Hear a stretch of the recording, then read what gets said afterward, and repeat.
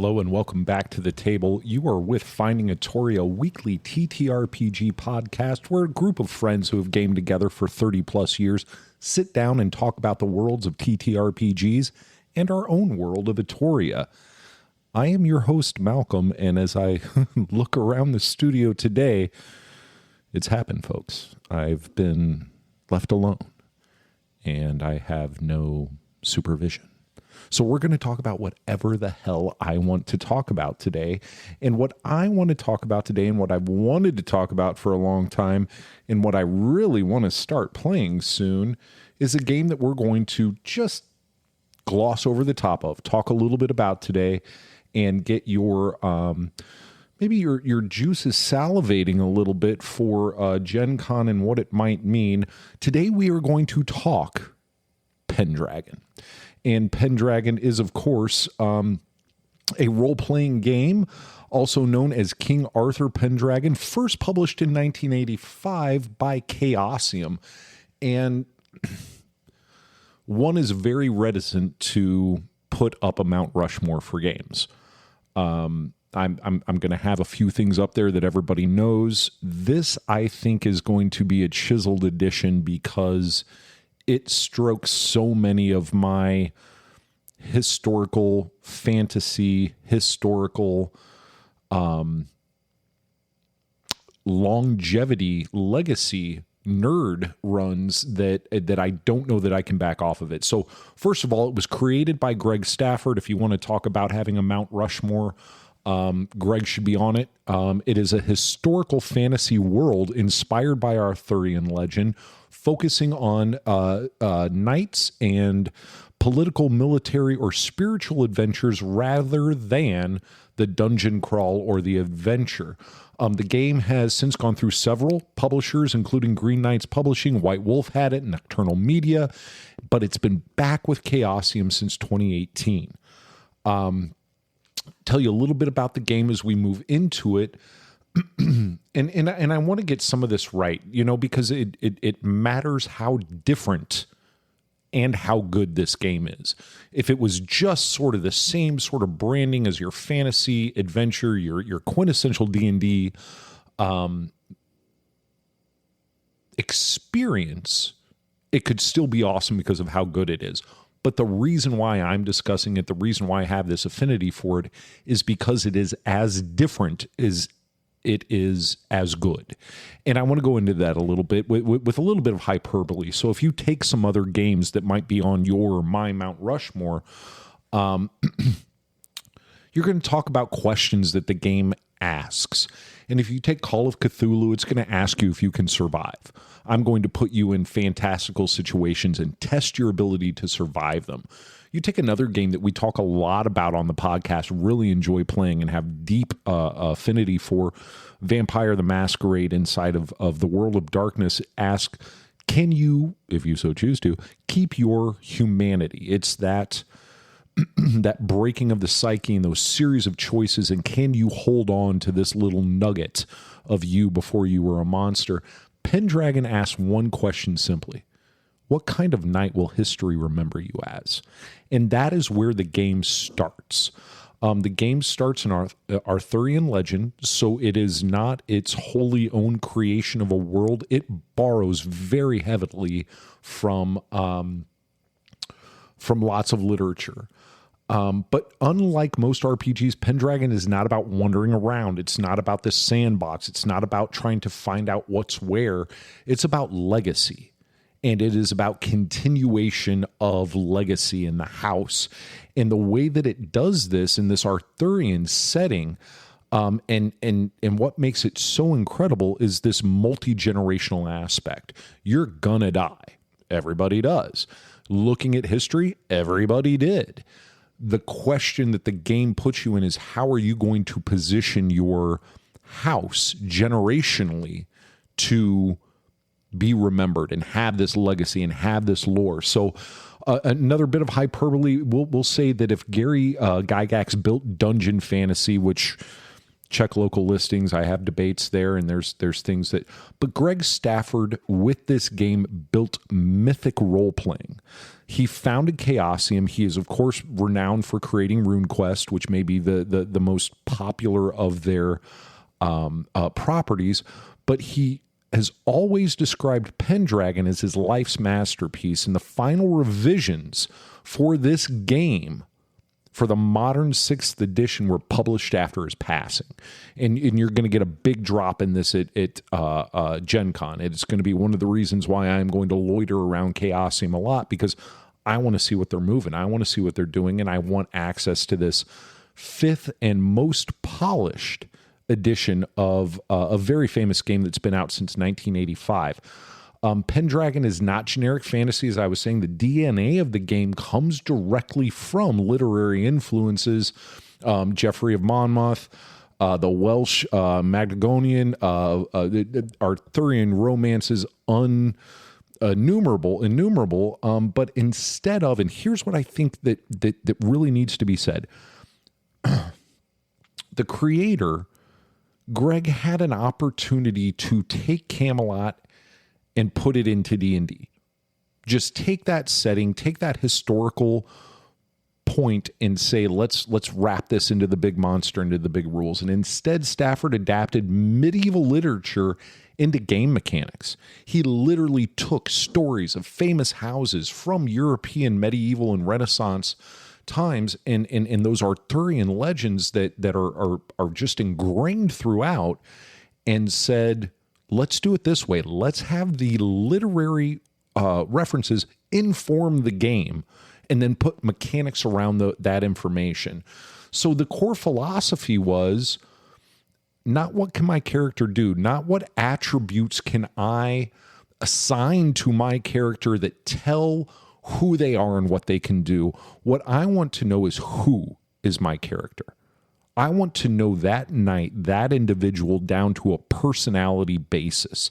And the way that he did it was genius with the traits mechanics.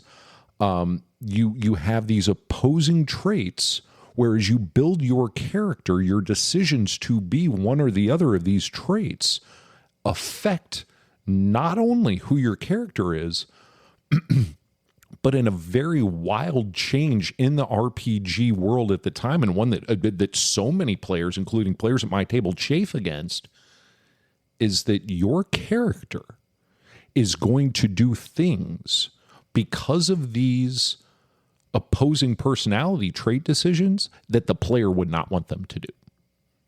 You can cry out really quickly, lack of player agency, but it's all out front.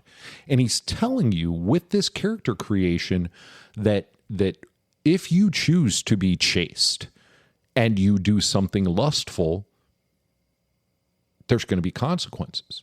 Or if you are prudent and a situation calls for recklessness, your character won't do it. He won't charge into battle.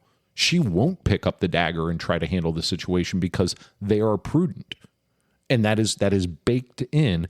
And it is not so much that the game or the game master is taking away your character, but they are saying, regardless of the situational desire to succeed or take this challenge successfully, the baked-in characteristics of your player would not allow for you to do this. If you are a deceitful character and you're put in a situation where you are asked for honesty and honesty saves the day, or vice versa, you're an honest character and your scruples don't allow you to lie, you're going to have to come up with a very far-fetched and penalty-driven situation for you to be deceitful. Even if the situation at the time calls for you to lie, it is this somewhat rigidity to the old problem that I have with Take Your Paladin, who is a paladin that gets all of these, favors and boons and abilities because they are this class of character. They have this assigned set of personality traits almost that lock them in to get this very, very niche and powerful archetype of character. And if they walk up and bump into somebody and pick their pocket in a tavern, there should be consequences. And of course, in the game there are. Well, this lines it up for you to say that during the game, there may be a situation where you're told what the player does. So if you're valorous and your trait is exceptionally high in valor, your knight may be compelled to charge into, you know, a situation where the player would see that's dangerous for my character and not do it, knowing that it's foolish. But because you have such an exceptionally high rating in this personality trait, you know, valorous versus cowardly or forgiving versus vengeful, the story, the narrative story is going to play out not based on your immediate decision making for what fits best for success at the time, but what your knight, what your character, based on you know, the choices made and the traits shown, would do in that character. So even more brilliant than that, as you get into the mechanics of this game, you learn about passions. And these are things that are going to invoke a passion, and you're going to inspire the character. You are reaching some level of emotional override that can inspire heroic deeds when you try to do something, or if you fail in trying to do something with passion, it can drive you into despair. It can be the thing where you thought this was your day, this was your calling, and for the loyalty to your lord, or for the love of your lady or gentleman, or the hate of a specific enemy, maybe your pious devotion to your God, you're going forward against innumerable odds. You are taking that on. And for the first time in 1985, emotion was a mechanical weight. Passion was a mechanical weight in a game, and it really was. It was revolutionary. So you go and you look at some of the differences down for the game a little bit, and you find that you're not getting XP. You are not leveling up in that way, but your real currency for characters in the game is glory. And you are trying to rise your name and your house's status and your ability to, you know, collect renown and be a knight that is known. And through glory, you can gain it through going into tournament, having honorable combat, doing deeds that are noble, things that literally in literature would be associated with a glorified character. And it's kind of like your reputation. It sticks with you. It sticks with your family.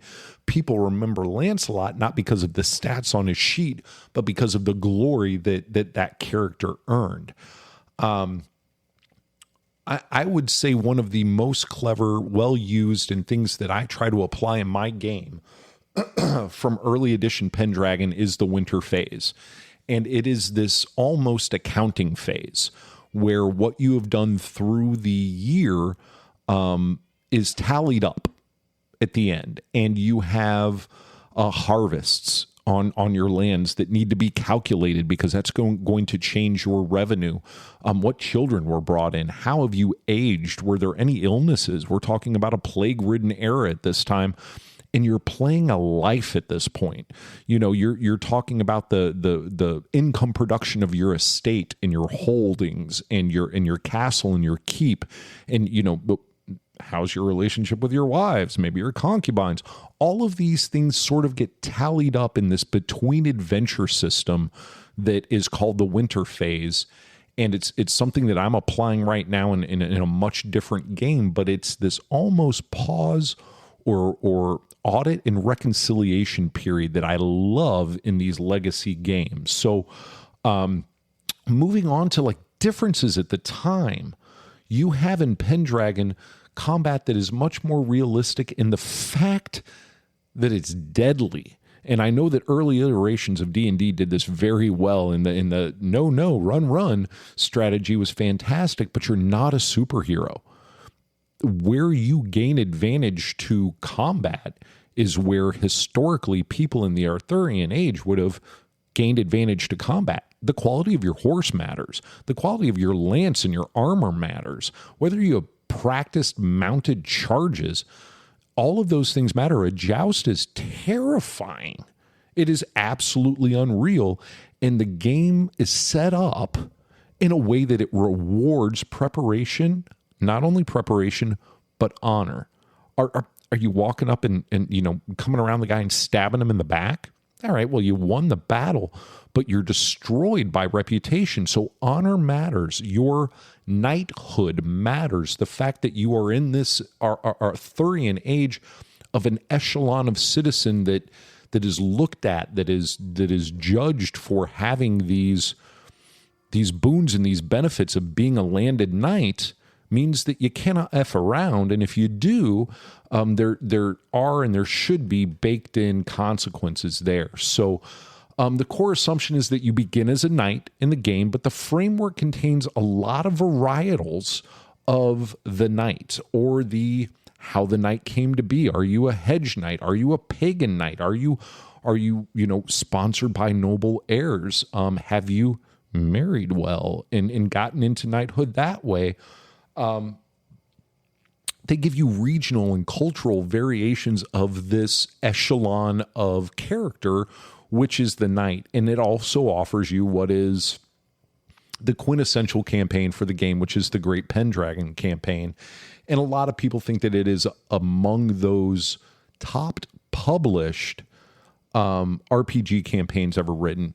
It's going to take you through about 80 years, so they're wanting you to do a generation, and you see historic or lore-based things play out as you go through. You're going to meet Uther Pendragon. You're going to see the rise of Arthur, the glory and fall of Camelot, and there's Grail quests, and Mordred's betrayal is in there. All of the literary notes are part of the world, and they occur in a sequence that is expected if you know it, not if you don't, but is always constant. It's meant to be historical. Once 34 years go by, X is going to happen, and no matter where you are and what decisions you have made, X is going to occur and now is going to impact your world. Most of the campaigns, admittedly, they don't finish because players are very, very ambitious, especially us D&D players who are level up driven and ability acquisition driven.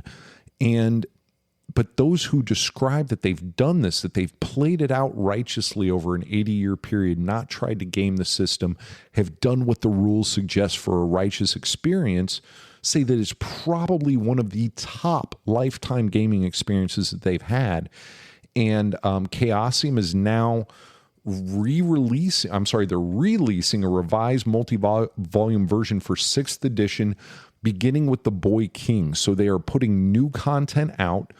2nd through 5th editions were more clarified mechanics and expanded lore than they were actually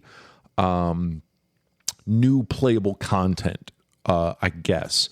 And the 6th edition is really considered this upcoming release, this renaissance of Pendragon is the ultimate edition. And it's what the design team did was focus on consolidating all of the decades of editions and lore and refining that down to the game's core identity. And the emphasis has shifted a little bit from the quest and the romance and the adventure to the valor, honor, and tragedy, this more narrative setting. And it took notes from Stafford before he passed that, I see what this still could be. So you're going to get the Boy King. It's the opening volume of the revised Great Pendragon campaign. So it's almost like a prequel. They're bringing you in a little bit earlier and they're giving you more there. And then the one that I'm really looking forward to is Pendragon's Noble's Handbook. So you're going to get estate editions. You're going to get expanded character systems. And Chaosium is even discussing an aggressive roadmap with that Noble's Handbook as the first offering of multiple releases per year. So additional campaign volumes are coming, source books are being planned, and the community discussions note that that Chaosium is now recognizing this is one of their strongest selling RPG lines. Of course, it's always been up there, but there's a lot of heavy hitting names under the Chaosium umbrella, and it looks like they're putting a lot of chips towards the center of this one as 2026 rolls out, and Gen Con's going to be featuring a lot of this. We're going to take a break here on Finding Atoria. I've gone on ad nauseum on this. I have no one to stop me from talking, and it's obvious. But when we come back, I want to talk a little bit about the community, like we like to focus on. Hear what players are finding good, what players are not finding good with the game in its history, in its current iteration. And then I kind of want to talk about the very obvious elephant in the room, which is the digital or video game almost equivalent or progeny of Pendragon and how they sort of stack up. You're with Malcolm solo in the studio. My goodness, what could ever happen? We're going to take a break here on Finding Atoria, and we'll be right back. This is your first day, and the world's already ending. Welcome to Leviathan Rising, the new tabletop RPG from Dr. Christina Stiso and Oddfish Games. You're a rookie agent in a shadowy global agency tasked with investigating the impossible, mad science, alien incursions, and creatures straight out of Godzilla, Them, and the Core. 3 case files, 1 choice, and consequences that spiral into chaos. This narrative-forward, rules-medium RPG throws ordinary people into extraordinary disasters, where survival isn't guaranteed and victory is never clean. Leviathan Rising. Welcome to Leviathan. What could possibly go wrong? Don't miss your opportunity to play this exciting new game at Gen Con. Look for Welcome to Leviathan in your Gen Con events registry and sign up to play this brand new role-playing game before it's too late. This episode of Finding Atoria is brought to you by Wordleaf Media. The Finding Atoria podcast is looking for guests for our upcoming episodes. Are you or someone you know passionate about the TTRPG community and have a story to share? If so, contact us on our socials or reach out at wordleafmedia.com/findingatoria. And now back to your program. All right, ladies and gentlemen, we are back. Finding Atoria. We are discussing today, and when I say we, I am talking about the Royal. I am here alone, Malcolm with you, in an otherwise empty studio as life has Gen Con and all of the associated demands have landed on the studio and left me alone here to talk to you about the RPG Pendragon from Chaosium, and giving you just a little bit of insight into why I like the game, why I think it is unique in its place, and wanted to walk through this idea of what maybe a typical sort of session might feel like. And you're a knight. You come in from whatever your background is, and you are a knight and in the service of a lord. And your lord, we'll say in this, we'll say it's around the year 510.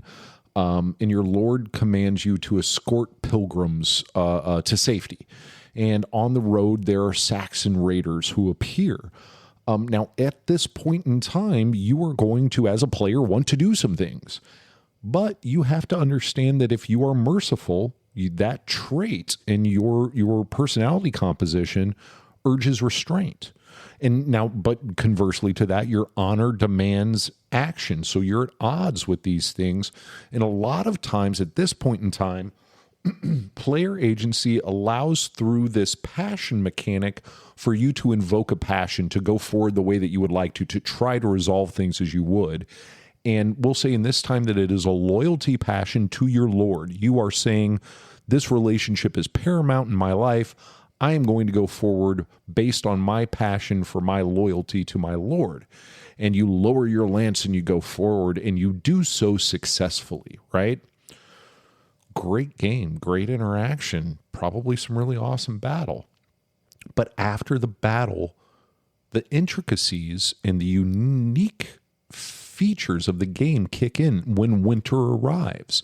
We talked about this winter phase and this reconciliation and tallying up and moving forward phase where you're not at battle with Saxon raiders. You're now back at home for the winter. You're off campaign, and what happens is, let's say you marry, and your meager manor earns a modest harvest, so you're able to make a little bit of coin. And soon after you marry, your wife gives birth. Maybe not during winter because that's a little bit heavy, but you are going to be with son now. And now years pass after this. Now we can jump forward in the game if we care to, and now there's gray in your knightly beard, and historically, Arthur's drawn the sword. Arthur has drawn the sword in front of the group of pilgrims that witnessed it, that you ushered to safety past the Saxon raiders. Now suddenly, that little interaction echoes forward, and your stories become part of legend. And so now your house rises a bit. Your son's stature in the Arthurian court at its time is magnified because of those decisions and those personality characteristics and those passions from that one interaction. So I thought that was cool. It shows this legacy feature of the game that I just find much more compelling than I got my character to level 12 or 20 and I retired and opened the tavern because I killed all that could be killed and learned all that could be known. So if I'm going to go plug for it, why should you play it? Who is this for? Because no game is for everyone. This is an Arthurian legend-based game. If you like that milieu, if you like that genre of literature, it plays heavy into this game. Historical fantasy, the legacy campaign. If you like the idea of a generational house implication of events as a player, do that. Character drama and political intrigue are so well nuanced in this game. Who you talk to at court, who you associate with, what liaisons you have. Definitely the marriages and house combinations that come up are huge. Role-playing that is driven by ideals instead of optimizing stats. And I love that. It is what you are willing to have a passion for. And you see these mechanics in various iterations in more modern games. And who wouldn't go and borrow from this? I do it all the time. But let's talk about a little bit those players that may not love this and may not want to jump onto this.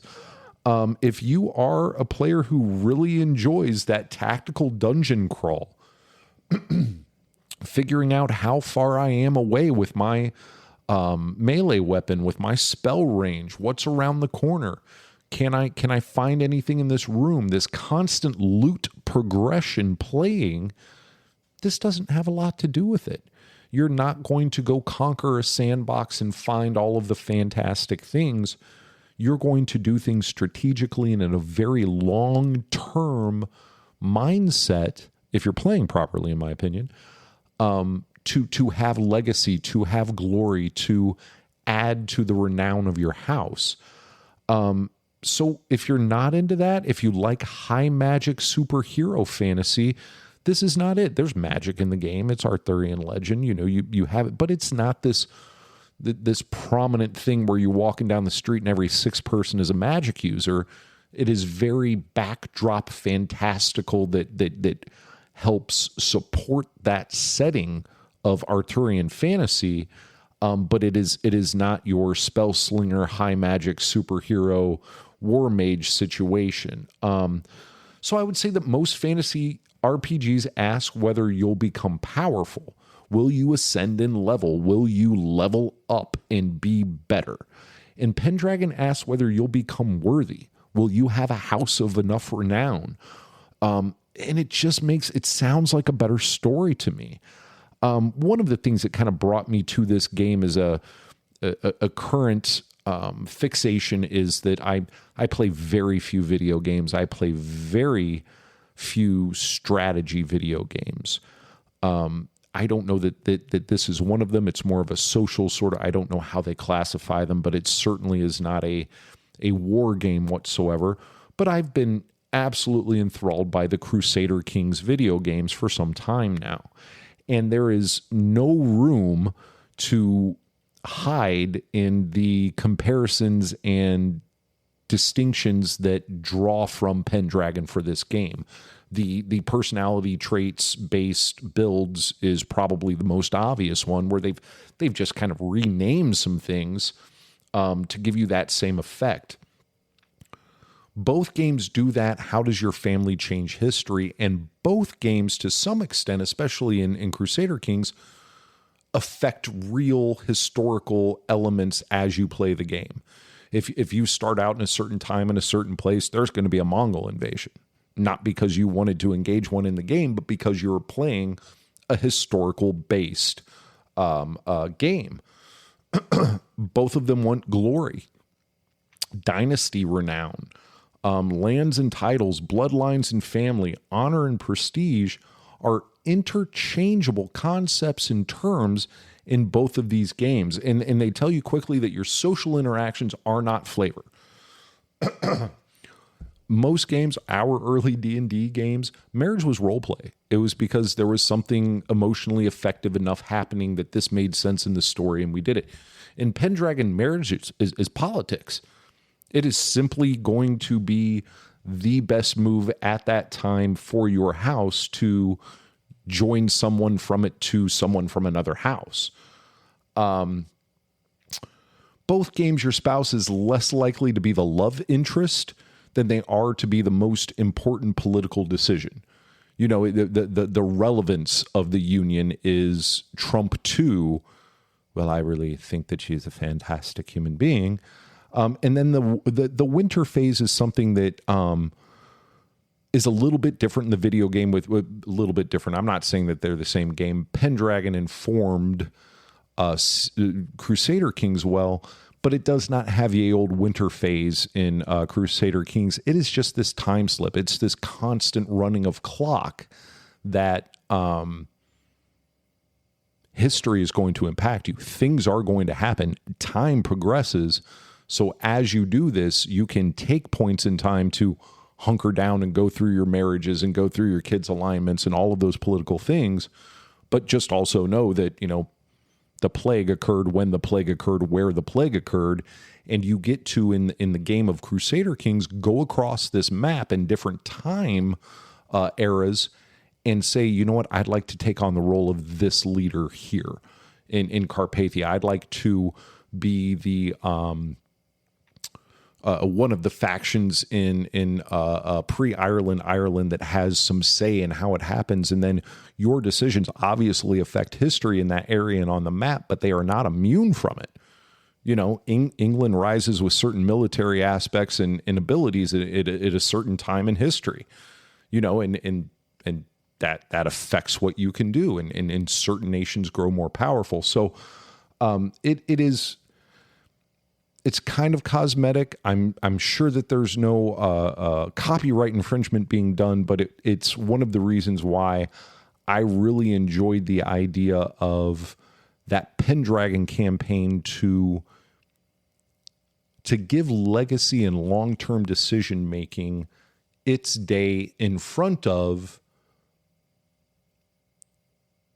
the choices that are made in a certain combat or non-combat immediate scenario, and then they're resolved there and you move on. There is more of a stickiness. There is more of a literary realism to this dynasty-based game. And I really enjoyed learning a little bit more about Pendragon. I would love to play it. I know a whole bunch of people that said that they would.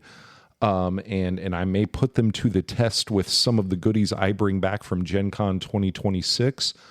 But yeah, I encourage you to go check out new games anytime you can. I want people to find what I have found by stepping outside of comfort areas in just game knowledge, stepping outside of system familiarity in games, stepping outside of setting familiarity in games, and also this notion that we start at level 1 and we get a little bit better, and I killed the behemoth, and so now I'm level 2. It's great. It works wonderfully. I love the game of Dungeons and Dragons, and I've played it longer and more often than any other RPG. But when you break down the differences between those rule settings, rule bases, those mechanics and those settings versus some very, very accessible, very, very well written and wholly different ways to role play, I just recommend that you go out and you try something new, and then maybe, Chaosium's not sending over anything for us saying this, but maybe go out and try Pendragon. Try something that gives you a little bit of a different purview into the role that you're playing at the table. That's really all I had for you. It was a little bit of a review / plug for a game that I plan on forcing full fist and elbow into a rotation at one of the tables that I'm associated with soon. And I appreciate you being with us here every week on Finding Atoria. We've enjoyed a very successful couple of months in networking and meeting other people that are out there doing wonderful things in the community, and we're going to be able to share some of that soon. But we're always so grateful that you listen. We want to hear from you. Get bold, get loud, talk to us, email me if you need to. Comment on our socials, on our YouTube videos at the Wordleaf Media YouTube channel, Finding Atoria on Facebook and Instagram. As always, you can go to www.wordleafmedia.com/Finding Atoria, where you can find all of our published episodes and a lovely little button that takes you to our Patreon that I'm going to tell you just got 3 short outtake episodes from a recording day that should never have been recorded here in the studio that are out there now. That's exclusive to Patreon, with a lot more things coming there. But that's the end of the plugs and the shrugs.